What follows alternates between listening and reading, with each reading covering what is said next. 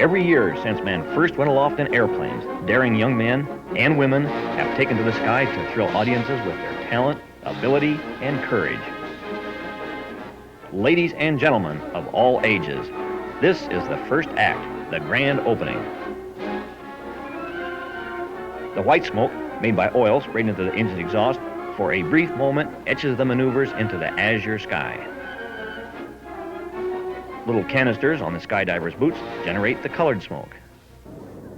Former Air Force pilot, airline captain, and world-famous aerobatic champion Bob Herendeen and his sturdy little biplane, a Pitts Special, are greeted by the crowd.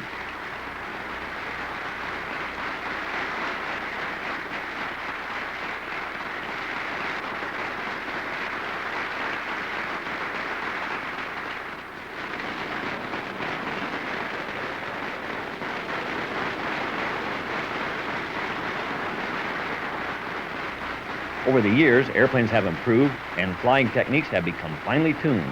But before we look at today's air shows and air racing, let's go back in time for a glimpse of yesterday's heroes. Aerial daredevils of the 20s with their World War I surplus Jennies.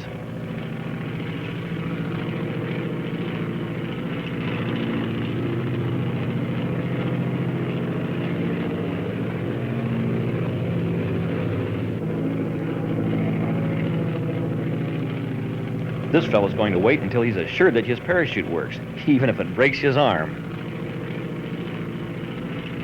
This two-place Jenny must have taken off with 4 on board, or should we say, with 3 on wing.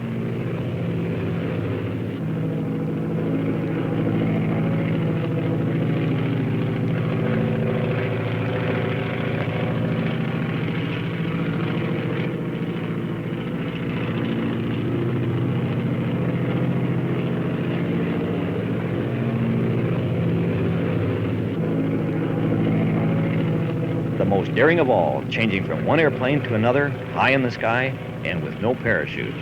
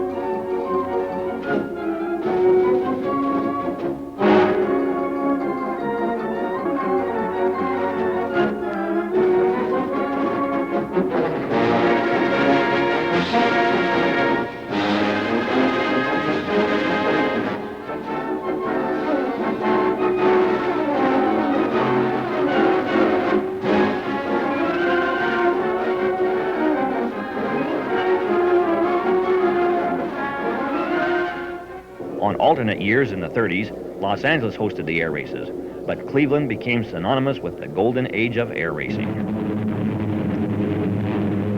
U.S. Army Air Corps displaying their first line Keystone bombers, which they used from 1927 to 1932.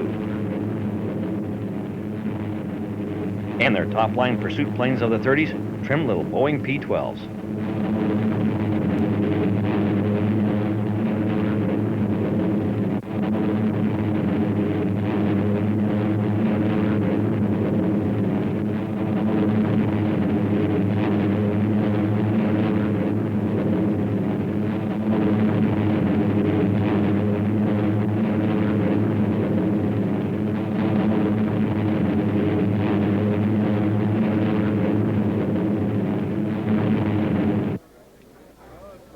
Mr. and Mrs. Charles Lindbergh are celebrity guests at the 1929 Cleveland Air Races. But Lucky Lindy doesn't remain on the ground.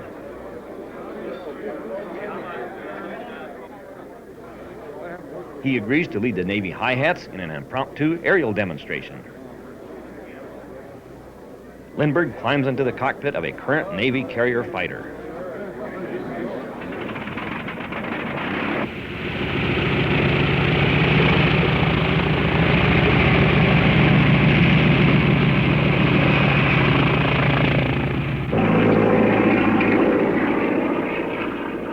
Not bad for an unrehearsed flight demonstration when you realize they didn't have radios in their planes.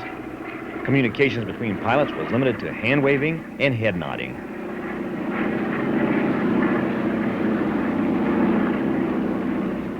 Al Williams, here a young lieutenant with his Navy Curtiss Hawk fighter. Al Williams would later become famous on the air show circuit, performing in a succession of bright orange Gulf Hawks supplied by his sponsor.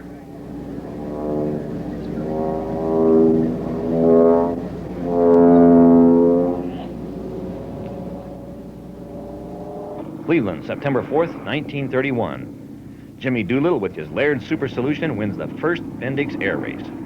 From Burbank, California, with fuel stops at Albuquerque and Kansas City, 9 hours, 10 minutes. Average speed, 223 miles per hour. On the ground, only 10 minutes at Cleveland, just long enough to refuel, Doolittle was off to Newark, New Jersey to set a new coast-to-coast speed record. Then back to Cleveland for a hero's welcome and a smile from his wife, Jo. Racehorse start of the 1931 Thompson Trophy Race, the free-for-all of pylon air races.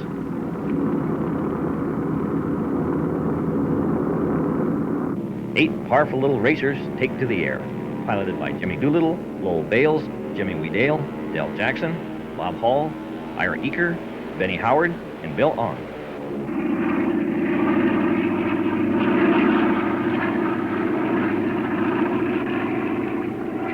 During the seventh lap, Doolittle was forced out with an overheating engine, leaving the GB's lead uncontested.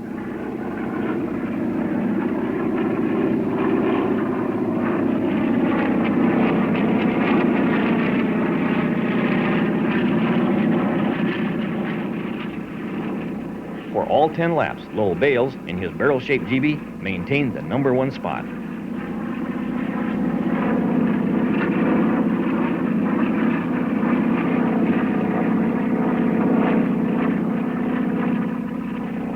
Bales, with the help of 535 horsepower, brings the Model Z GB City of Springfield to victory.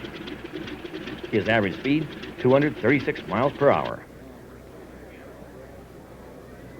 3 months later, in December 1931, while attempting a new world speed record in this airplane, 31-year-old Lowell Bales was killed. Wallace Berry, movie actor and air show fan. A vintage 1912 Curtiss Pusher, reminder of a famous air show performer of that era, Lincoln Beechey. Cleveland, 1935, the grand finale of the 3-day event, the Thompson Trophy Race. The racers take to the air. Roscoe Turner in his gold Weedale Williams, number 57, Steve Whitman in his new Bonzo, Roger Don Ray in a Keith Ryder, and Harold Newman looking somewhat out of place in the big white 4-seat cabin job, number 40, Mr. Mulligan, which had won the Bendix cross-country race 3 days earlier.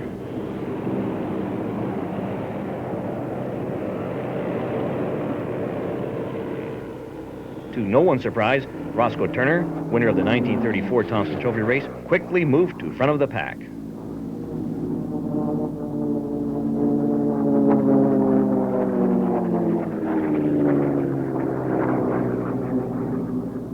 But to the surprise of many, Mr. Mulligan, which was slow getting started, began passing the other racers. Roscoe Turner's engine blows. He pulls up off the course and comes around to land. 1935 was not to be Roscoe Turner's year. He had lost the Bendix to Benny Howard's Mr. Mulligan by just 23.5 seconds, and now out of the Thompson with a blown engine. But the flamboyant Roscoe Turner would enjoy the fruits of future victories. Mr. Mulligan takes the checkered flag, winning the two biggest events of the 1935 National Air Races, the Bendix and the Thompson Trophy. Winner of the Thompson Trophy, Harold Newman, pilot of Mr. Mulligan. Ruth Chatterton, and cheerful loser Roscoe Turner. Ben O'Howard's airplanes won 5 of the 12 events of the 1935 National Air Races, including the Bendix, Thompson, and Grieve trophies. Cleveland, 1938, start of the Thompson Trophy race.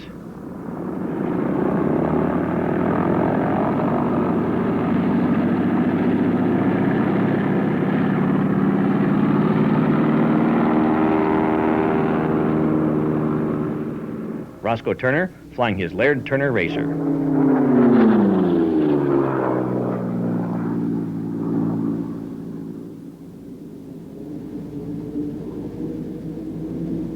Steve Whitman flying his home-built racer, Bonzo.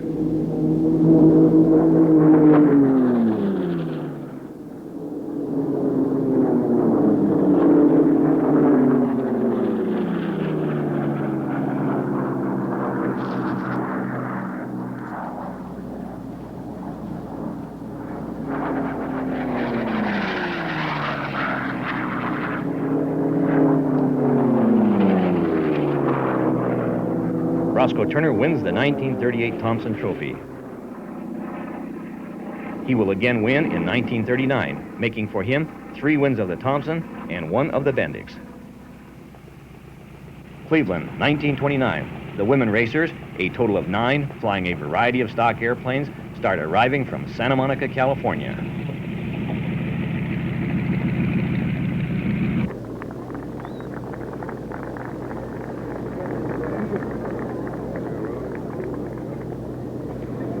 Winner of the Women's Derby and the Air All Trophy is Louise Thadden. Her time from Santa Monica to Cleveland, 20 hours, 2 minutes, 2 seconds. Average speed, 136 miles per hour. Would you believe that's a microphone?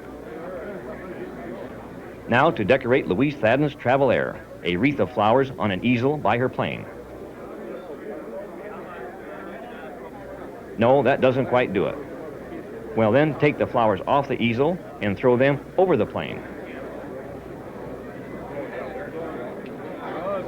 Famous aviatrix Blanche Noyes came in 4th, but being Cleveland's very own, receives a royal welcome from her many fans.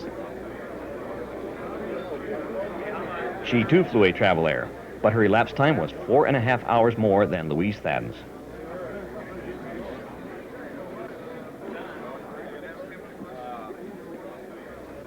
Gladys O'Donnell, flying her Waco Miss Long Beach, came in 2nd with an average speed of 127 miles per hour.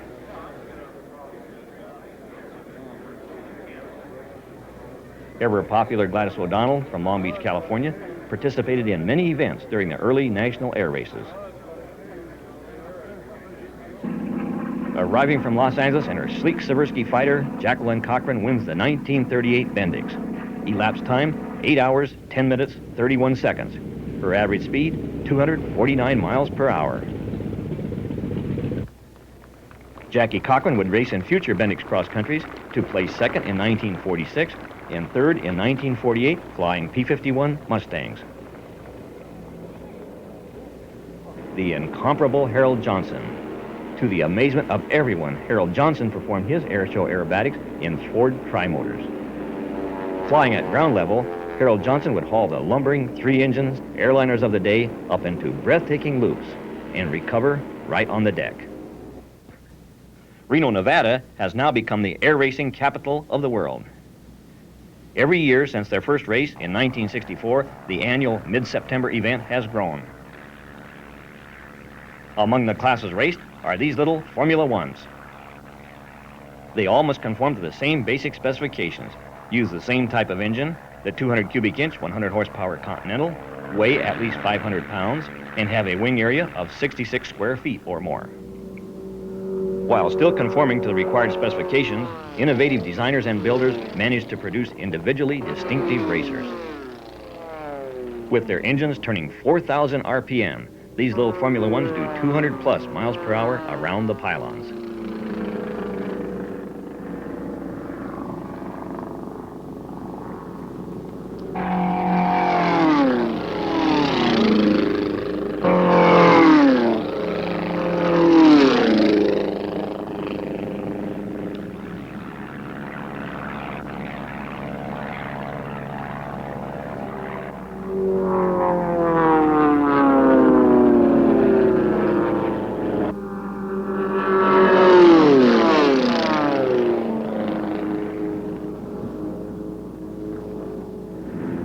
Without doubt, the biggest thrill and main event starts when the Unlimiteds take to the air. Reno's Unlimited Air Race is today's equivalent of the old Thompson Trophy Race.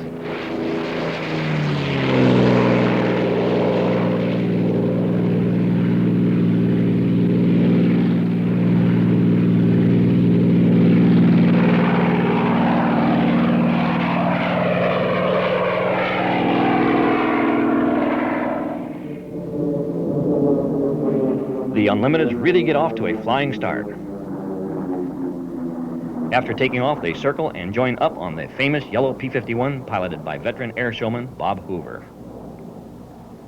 When they are all lined up, Hoover brings them down to the starting line and breaks away, giving his traditional comment over the radio. Gentlemen, you have a race.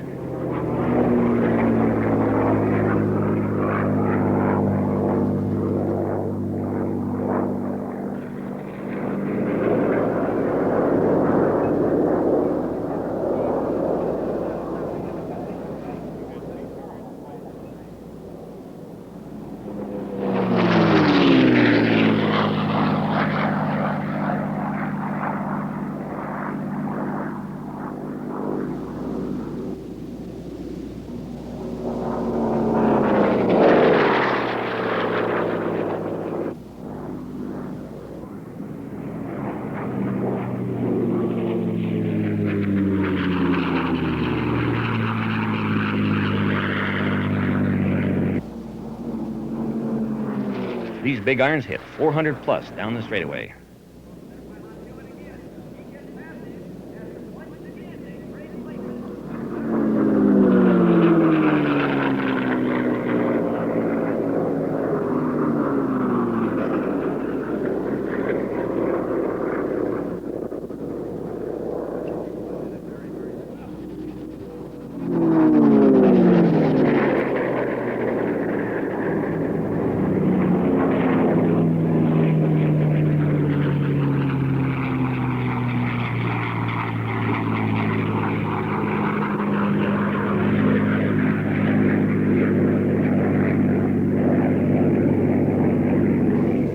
Ed Wiener's zebra-striped Mustang.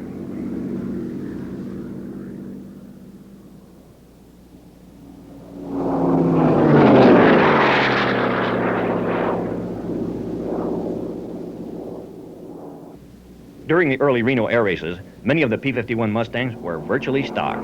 But as competition and prizes increased, so did the modifications.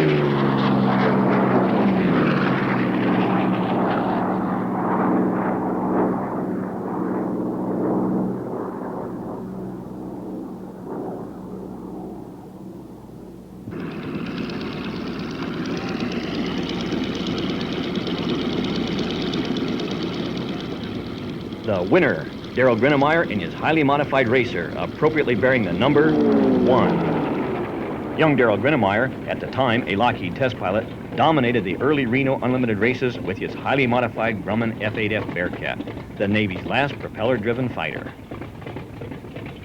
Its wingspan had been shortened by 7 feet, and the huge propeller from a Douglas Sky Raider increased his prop diameter by 11 inches. All unessential weight had been removed. It had no electrical or hydraulic system.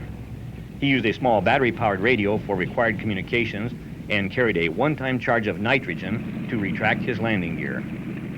It was lowered by gravity.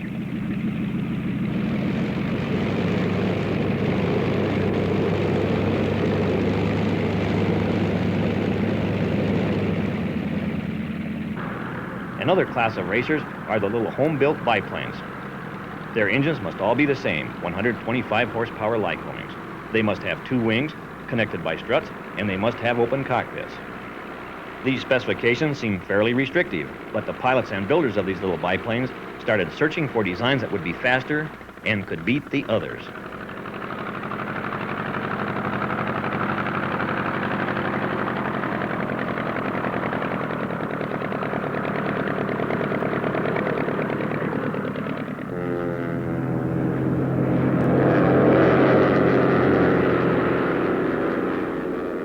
Lee Mahoney and his dad built this one and named it the Sorceress.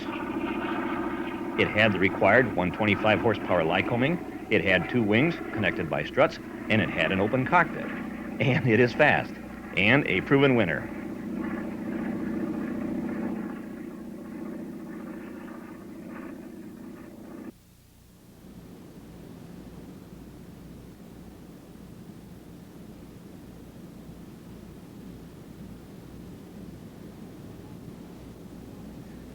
Another unique biplane, number 97, the Hot Canary, designed, built, and piloted by Bill Warwick.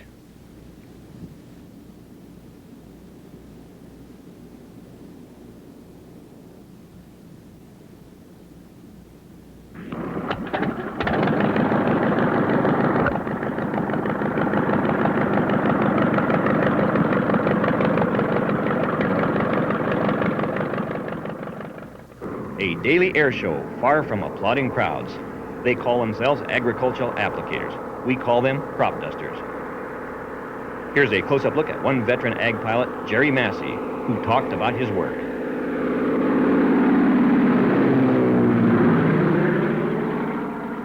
I was just barely out of high school when I started flying ag airplanes, and that's all I've ever done.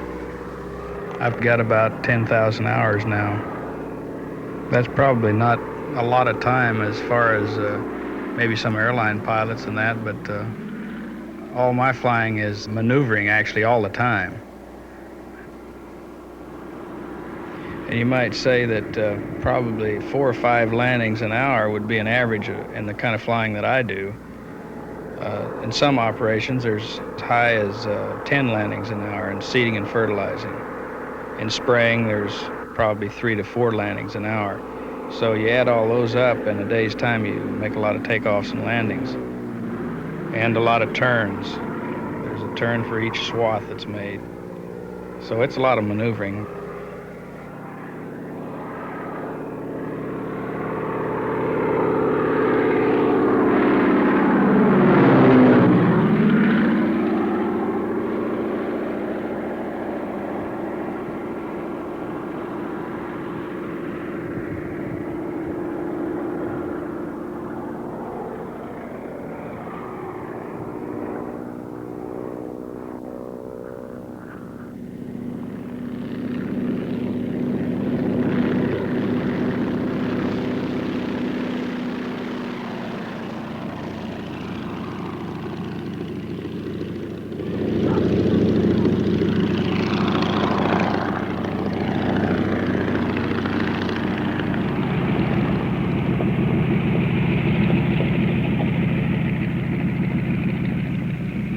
We haul from 1,000 to 1,600 pounds each time we take off. Sometimes as high as a ton, depending on the density of the material that we're hauling. This operation has its hazards. In the areas that we have to work, naturally there's going to be power lines and obstructions in the field, houses, vent pipes, trees, and that sort of thing. And occasionally we will tear a power line down or maybe take the top out of a tree, but whatever damage we do comes out of our profit. Even though we fly from sunup to sundown a lot of days, I still get a kick out of flying, and this is precision flying.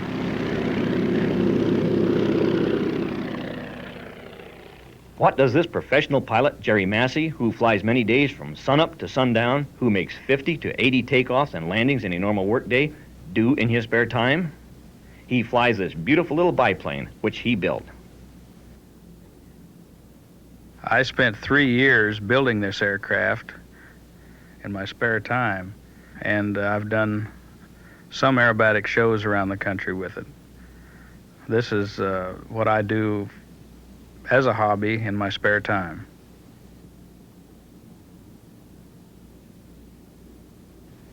Jerry Massey, truly a pilot's pilot, an expert in the eyes of his peers, and a star air show performer.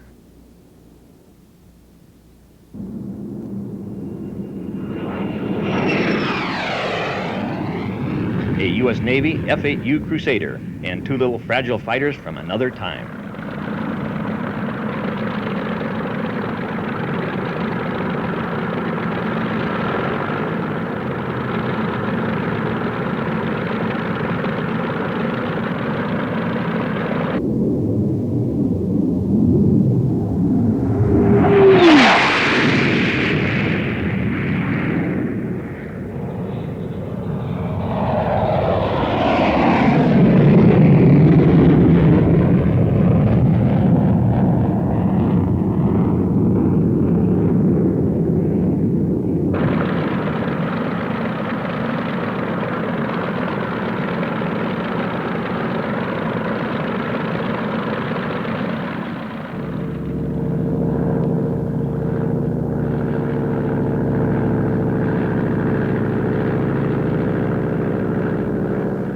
Anthony Foker's triplane, the type flown by Manfred von Richthofen, the Red Knight of Germany, and the little French Newport. Airshow performers Frank Tallman and Jim Appleby bring the past into our Mach 2 world.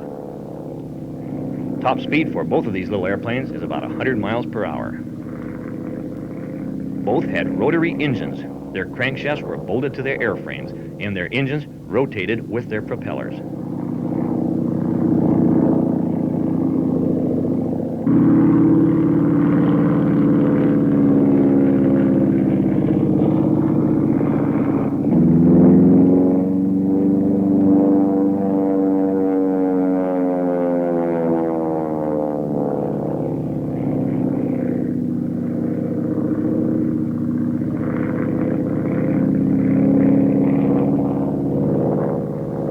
Richthofen scored the last 21 of his 80 victories in triplanes, and it was in his red triplane that he died on April 21, 1918. Frank Tallman showing off his little 1930s Boeing fighter during the Reno air races.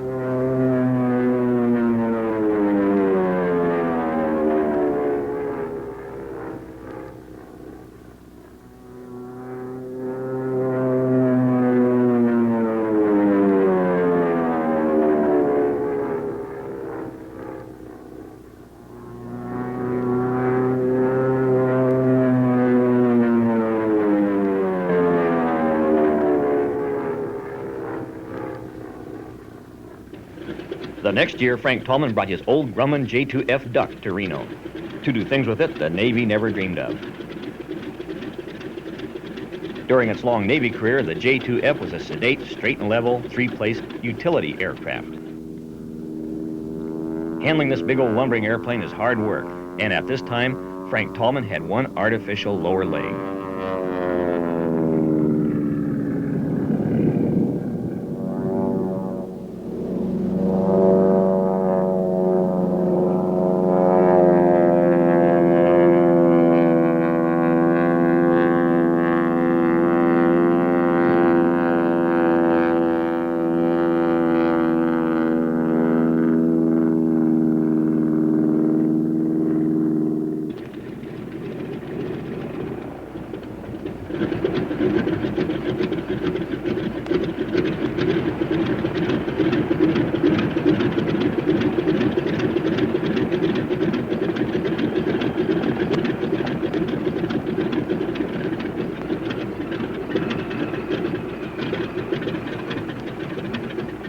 One dark night, while returning to his home field, Frank Tallman, famous movie stunt pilot, air show performer, and gentleman, would fly his twin-engine Aztec into the ground, to his death.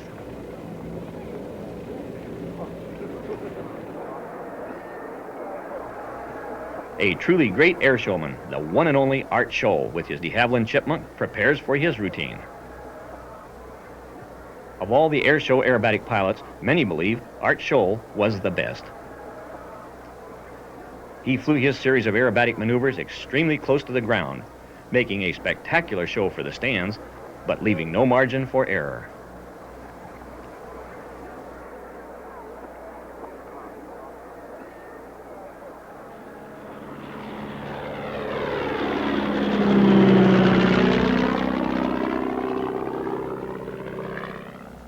Art pushing up into an outside loop.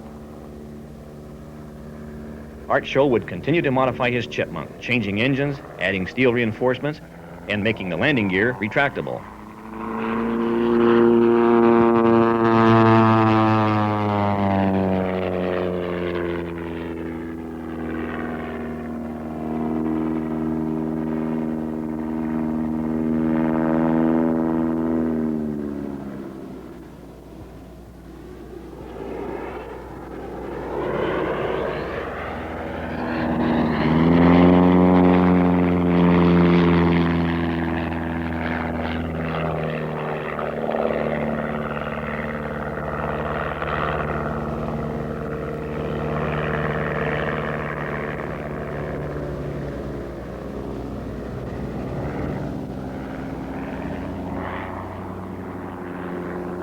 A very difficult maneuver, Art continually rolling while making a 360-degree turn.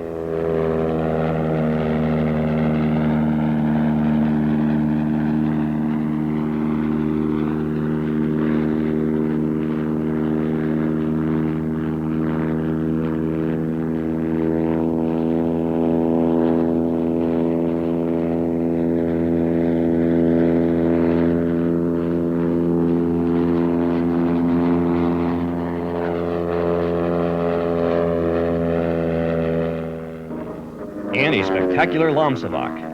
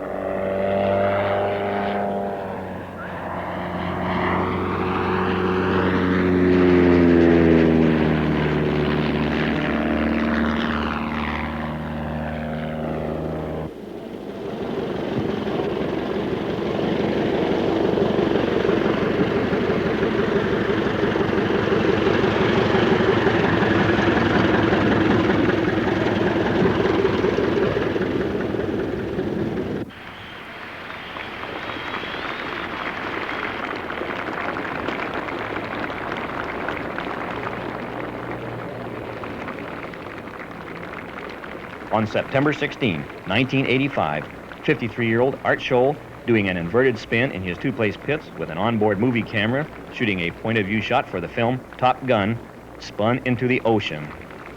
Art, we, all of your airshow fans, miss you.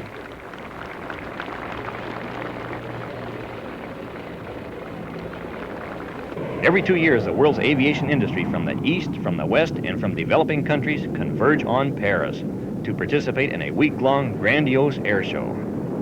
At the same field where Lindbergh, in 1927, landed his Spirit of St. Louis, Le Bourget.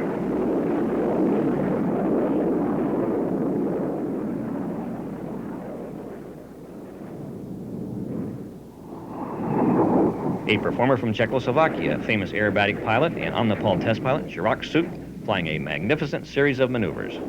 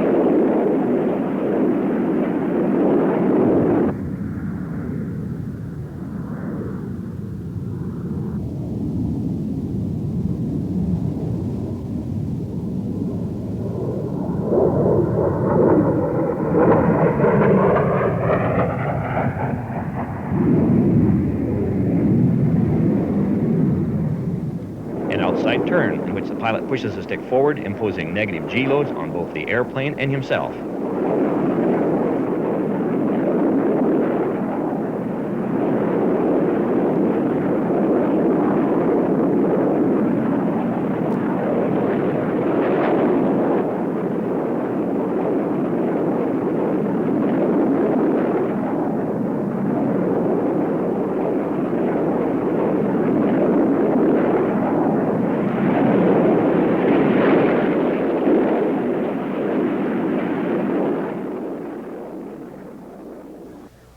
Air Show regular Bob Hoover performing his Aero Commander strike routine of rolls and loops with and without engines for the thousands at Le Bourget.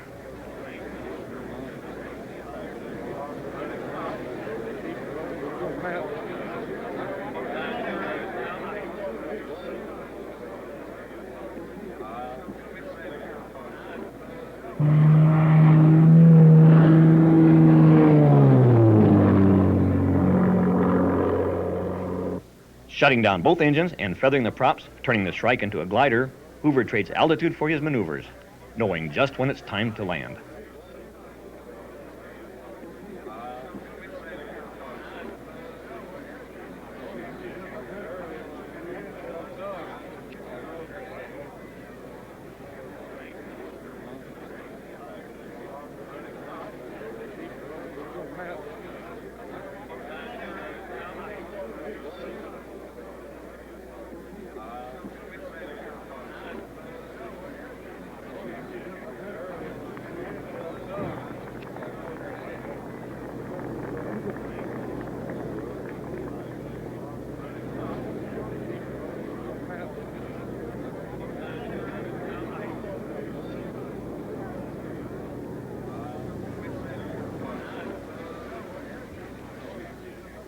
Suited test pilot Andre Turcat moved the star performer of the 1969 Paris Air Show to center stage. While across the field, a history-making Vickers Vimy takes to the air. And a replica 1909 Blériot crawls into the Le Bourget sky.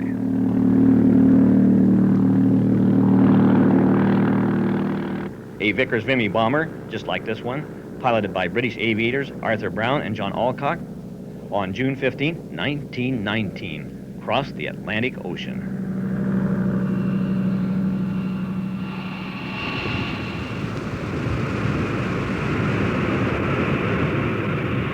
British test pilot Brian Trubshaw guides the first English-built Concorde over Le Bourget to meet her sister, the first French-built Concorde.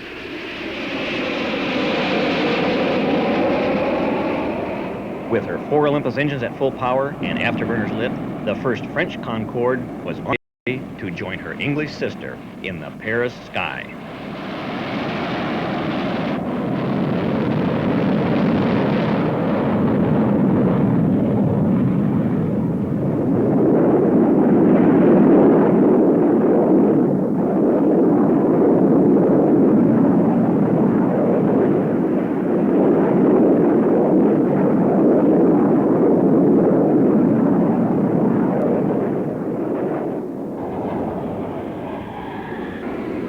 The French Air Force's aerobatic team, the Patrol de France, flying V-tail Magister trainers.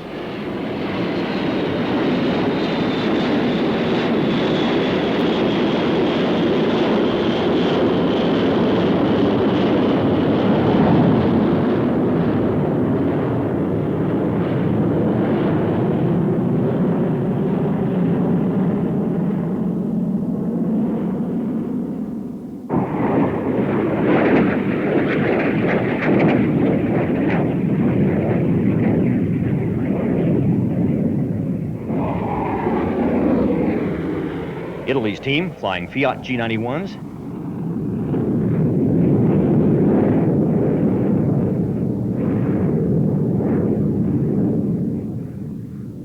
And an exquisite pass by their solo pilot.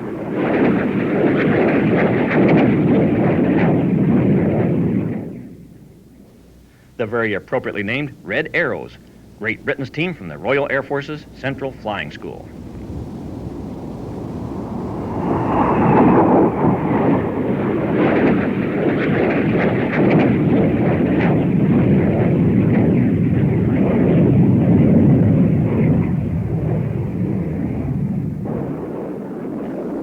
little Hawker Siddeley gnats in their wine glass formation.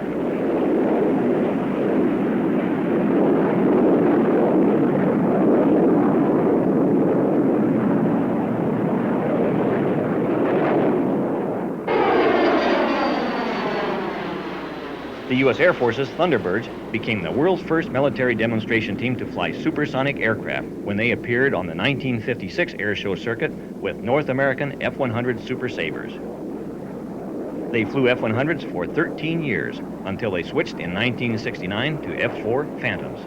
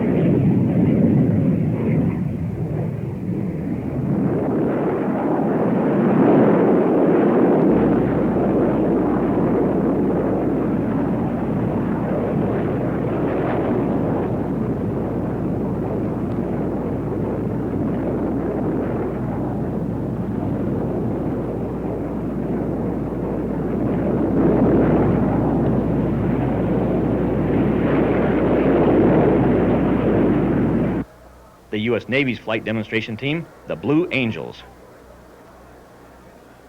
These young officers in their smartly tailored flying suits and their Mach 2 Phantoms present quite a contrast to those Navy high hats at the 1929 Cleveland National Air Races.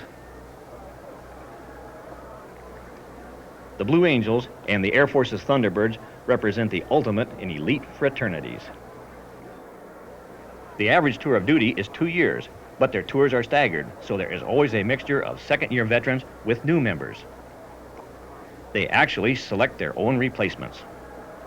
Prerequisites, qualifications: to even be considered a candidate, one must be a current top-notch fighter pilot with an impeccable record.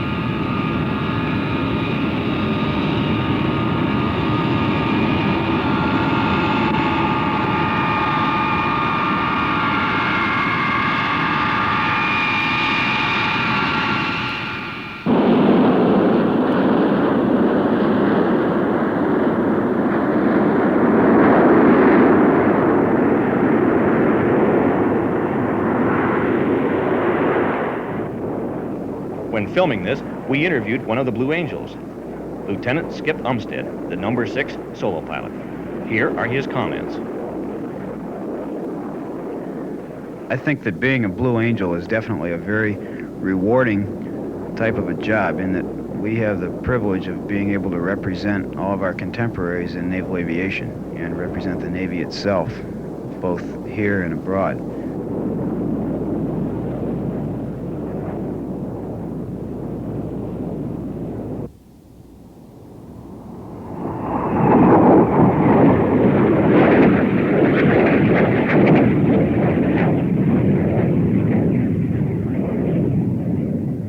Before becoming a Blue Angel, I served 2 combat cruises in an F-8 Crusader on 2 different smaller attack carriers. And after that tour, I went to shore duty and served 1 year as an instructor pilot in a squadron that taught people how to fly the F-8.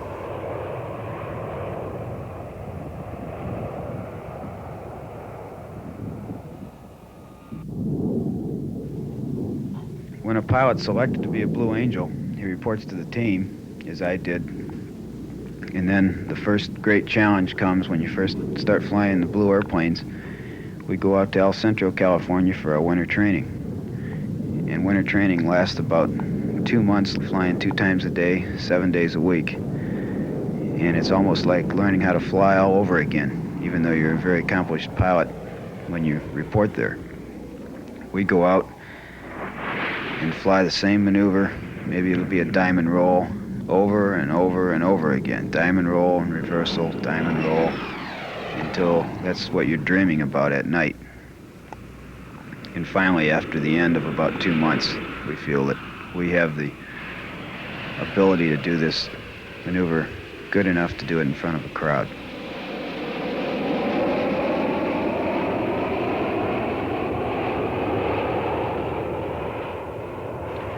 I'm coming in at 500 knots. I see the other solo plane ahead of me also at 500 knots. And we cross at a 1,000 knot closure rate.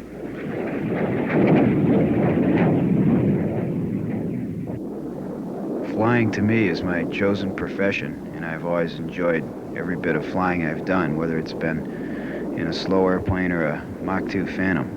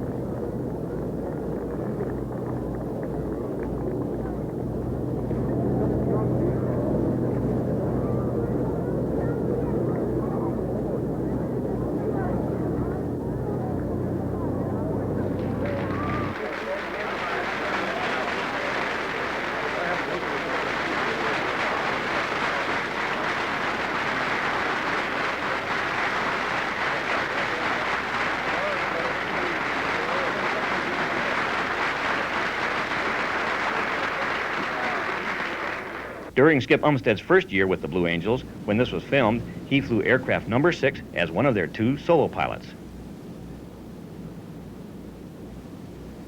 Staying with the Blues longer than most, Skip Umstead would become their leader. On July 26, 1973, near Lakehurst, New Jersey, while leading the Blue Angels in one of their maneuvers, 30-year-old Lieutenant Commander Skip Umstead was killed in a mid-air collision.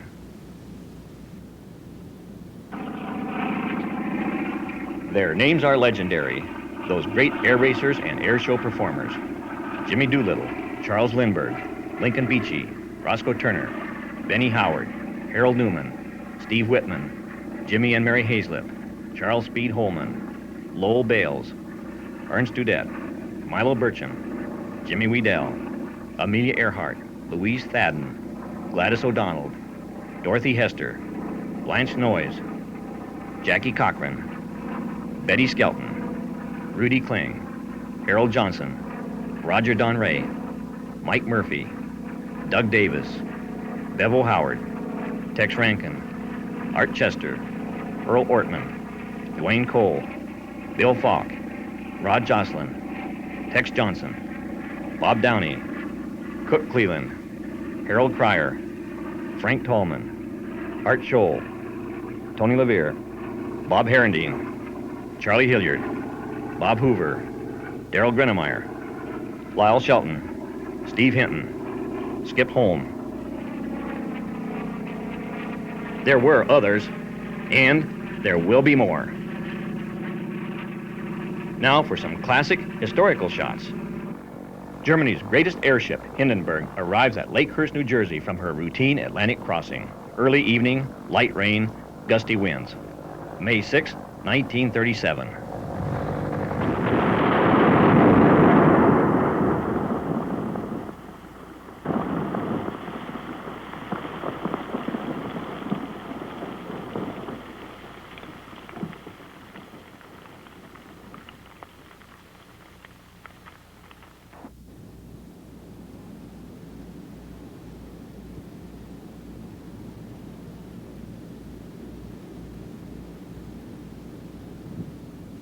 Miraculously, 65 of those on board survived. 13 passengers and 22 crew members, including the captain, perished. The end of an era.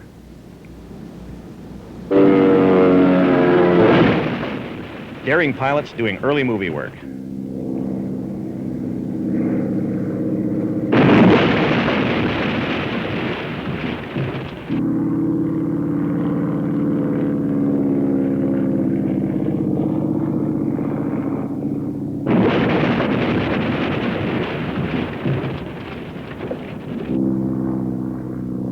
Before staging these crashes, some pilots would wrap the wood longerons around the cockpit with adhesive tape to minimize the sometimes fatal effect of splintering.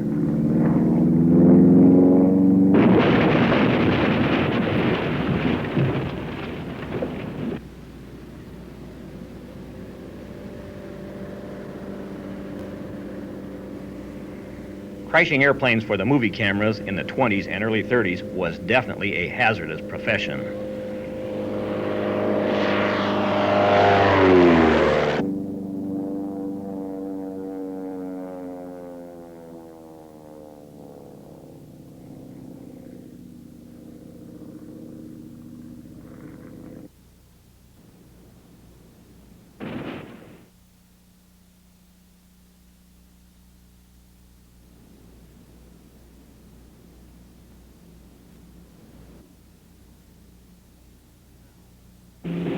Now for some unplanned mishaps.